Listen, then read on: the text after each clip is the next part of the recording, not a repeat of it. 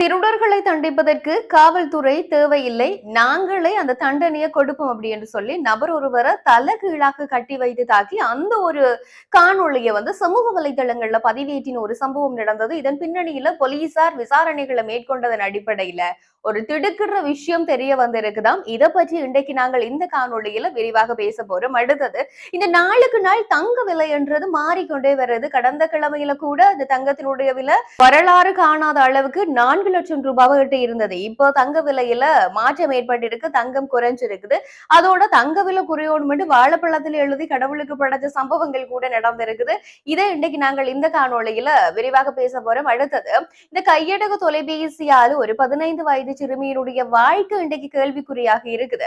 இதை பற்றியும் இன்றைக்கு பேசுவோம். ஆக நாங்கள் காணொளிக்கு போறதுக்கு முதல்ல யாராவது முதல் தடவை அங்கட சேனலை பார்த்தா மறக்காம சப்ஸ்கிரைப் பண்ணிக்கொள்ளுங்க அப்படின்னு சொல்லிட்டு இன்றைக்கு காணொளியோட இணைந்து பேசுறேன். நான் சுதர்ஷினி சசிகர். கட்டுநாயக்கு பகுதியில் இருக்கிற ஒரு வீட்டுல அந்த வீட்டினுடைய உரிமையாளர் கடந்த மாதம் 23ஆம் தேதி அந்த வீட்டில இருந்து வேற ஏதோ பிரதேசத்துக்கு போயிருக்கிறார். அப்ப அந்த வீட்டிலே ஒரு திருட்டு சம்பவங்களும் நடந்துடக்கூடாது அப்படின்றதுக்காக தன்னுடைய நண்பர் ஒருவர் அந்த வீட்டுல அமர்த்தி இருக்கிறாராம்.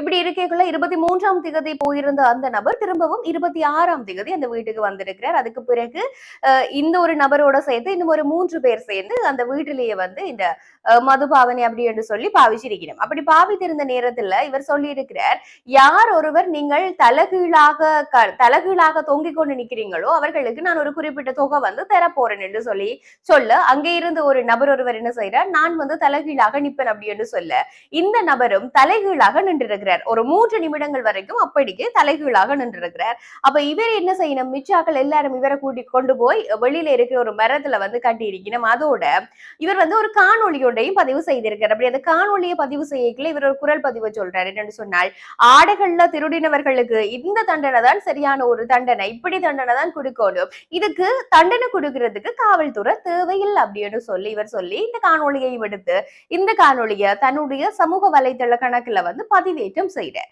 இப்படி பதிவேற்றம் செய்ததுக்கு பிறகு இது அதிகளவான பார்வையாளர்களை கடக்குது. அப்படி பார்வையாளர்களை கடந்தது மாத்திரம் இல்லாமல் பல்வேறுபட்ட விசனங்களையும் சமூகத்துல ஏற்படுத்துது.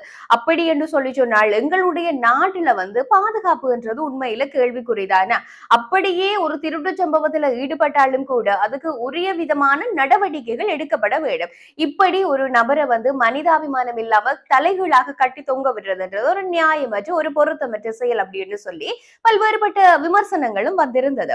அப்ப இதை தொடர்ந்து போலீசார் விசாரணைகளை ஆரம்பிச்சிருக்கிறோம். விசாரணைகளை ஆரம்பிச்சதுக்கு பிறகுதான் தெரிய வந்திருக்குது, இது டிக்டாக்குக்காக வெறுமனையே எடுக்கப்பட்ட ஒரு சித்தரிக்கப்பட்ட, அதாவது ஜோடிக்கப்பட்ட ஒரு காணொளி. இப்படியாக தலைகீழாக கட்டி யாரையும் சித்திரவதை செய்யல அப்படின்னு சொல்லி தெரியப்படுத்தப்பட்டிருக்குது. அவர்களுக்கு எச்சரிக்கை விடுக்கப்பட்டிருக்குதா. இப்படித்தான் நாங்கள் சமூக வலைதளங்கள்ல காணுற பல விஷயங்கள் உண்மை கிடையாது என்கின்ற மாதிரியாக இப்ப தெரியப்படுத்தி இருக்கிறோம். இது ஒரு புறம் இருக்க, உண்மையில இப்படியாக இந்த சமூக வலைதளங்கள்ல அதீத மோகம் கொண்டு இப்படியான விஷயங்களை செய்து நாங்கள் ட்ரெண்ட் ஆகலாம் என்று சொல்லி பார்த்தால் அது தலைகீழான விஷயத்துலதான் போய் முடியும் என்றதுல எந்த ஒரு மாற்று கருத்துக்கும் இடமில்லை. அனுராதபுரம் பகுதியைச் சேர்ந்த ஒரு 15 வயது இருக்கக்கூடிய ஒரு பெண் ஒருவர், இந்த பெண்ணுடைய தாயார் கடந்த ஒரு 8 மாதங்களுக்கு முதல்ல புலம்பெயர்ந்து அவர் வேறு ஒரு தேசத்துக்கு வேலைக்காக சென்றிருக்கிறார். அப்படி சென்றிருந்த நேரத்துல இந்த ஒரு 15 வயது இருக்கின்ற இந்த ஒரு சிறுமி தன்னுடைய தந்தையாரோட தான் வசித்து வந்து கொண்டு இருக்கிறார். இந்த நிலையில கடந்த ஒரு சில மாதங்களுக்கு முதல்ல இந்த தாயார் வெளிநாடு சென்றிருந்த அந்த தாயார் தன்னுடைய மகளுக்கு ஒரு கையடக்க தொலைபேசி, அதாவது நாங்க சொல்லுவோம் தானே ஸ்மார்ட் போன் சொல்லி, இந்த ஸ்மார்ட் போன் ஒன்று இந்த மகளுக்கு அனுப்புறா. இந்த மகளும் சந்தோஷத்துல அந்த ஸ்மார்ட் போன் எல்லாத்தையும் வாங்கினவ என்ன செய்யறாண்டா, ஒரு சமூக வலைதள கணக்குகளை ஓபன் பண்றா. அதை தான் புதிதாக பாவனை செய்யறதுக்காக திறந்து கொள்றா. அப்படி இவ டிக்டாக் வலைதளத்தை யூஸ் பண்றா. அதுல இந்த ஒரு குறிப்பிட்ட ஒரு பெண்ணுக்கு அந்த டிக்டாக் வலைதளத்துல இன்னும் ஒரு நபரோட பழக்கம் ஏற்படுது. அப்ப இருவருமே பழகி கொண்டிருந்த நேரத்துல இந்த ஒரு பெண் சொல்லி இருக்கிறா, தனக்கு 17 வயது என்று சொல்லி குறிப்பிட்டு இருக்கிறார். அப்ப இருவரும் காதலித்த நேரத்துல இந்த ஒரு பெண் வந்து அந்த காதலனை சந்திக்கிறதுக்காக போயிருக்கிறா. அப்படியே போயிருந்தவா இவர்களுக்குள்ள காதல் மலர குறிப்பிட்ட ஒரு காலத்துல வந்து அந்த ஒரு நபருடைய இவ கூட சென்றிருக்கிறா. இப்படி இருக்கைக்குள்ள போலீசிட்ட வந்து முறைப்பாடு பதிவு செய்யப்பட்டதுக்கு பிறகு இந்த ஒரு பெண் வந்து புத்தளம் பகுதியில வைத்து அந்த குறித்த சந்தேக நபரோடு சேர்த்து கைது செய்யப்பட்டிருக்கிறோம். கைது செய்யப்பட்டதுல இந்த ஒரு சிறுமி பாலியல் பலாத்காரம் செய்யப்பட்டிருக்கிறது உறுதிப்படுத்தப்பட்டிருக்கு. இருந்தாலும் இப்ப வைத்தியசாலையில பரிசோதனைகள் மேலும் செய்யப்பட்டு கொண்டு இருக்குது. இதுல தவறு யாரில்லை அப்படின்னு சொல்லி பார்த்தால் இந்த 15 வயதுல கையடக்க தொலைபேசி தேவைதானே அப்படின்ற ஒரு முக்கியமான விஷயம் இருக்குது.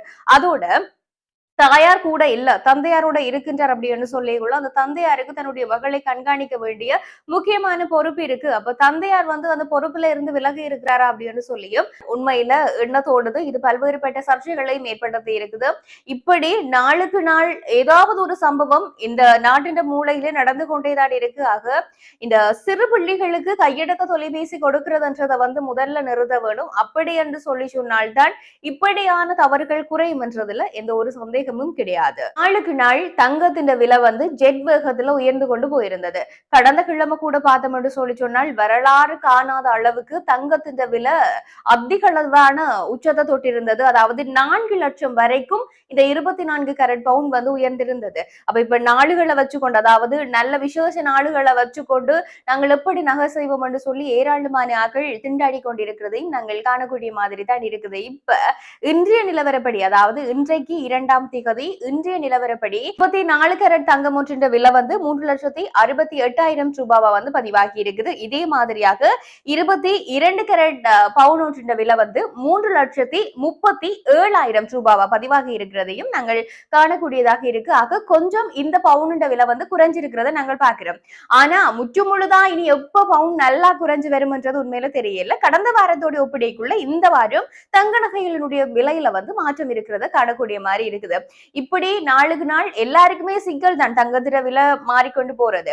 இப்படிதான் கர்நாடக மாநிலத்துல ஒரு சம்பவம் ஒன்று நடந்திருக்கு. அதாவது இந்த கர்நாடக மாநிலத்துல சின்னாலி துர்க்கை கோவில் அப்படின்னு சொல்லி ஒரு கோவில் இருக்காம். அந்த கோவில்ல வந்து ஒரு தேர் திருவிழா அந்த துர்க்கை அம்மனுக்கு வந்து தேர் திருவிழா நடந்திருக்குது. அப்ப அந்த தேர் திருவிழா சமயத்துல அங்க வந்திருந்த பக்தர் ஒருவர் செய்த ஒரு சம்பவம் வந்து இன்றைக்கு சமூக வலைதளங்கள்ல அதிக அளவுல பேசப்படுது. அதாவது அவர் வந்து அங்க இருக்கிற வாழைப்பழத்துல வந்து ஏழைகளும் தங்கம் வாங்கக்கூடிய அளவுக்கு தங்கத்தின் விலை குறைய வேண்டும் என்று சொல்லி எழுதி அந்த ஒரு பிரசாதத்தை வந்து கடவுளுக்கு படைச்சிருக்கிற ஒரு விஷயமும் நடந்திருக்கு.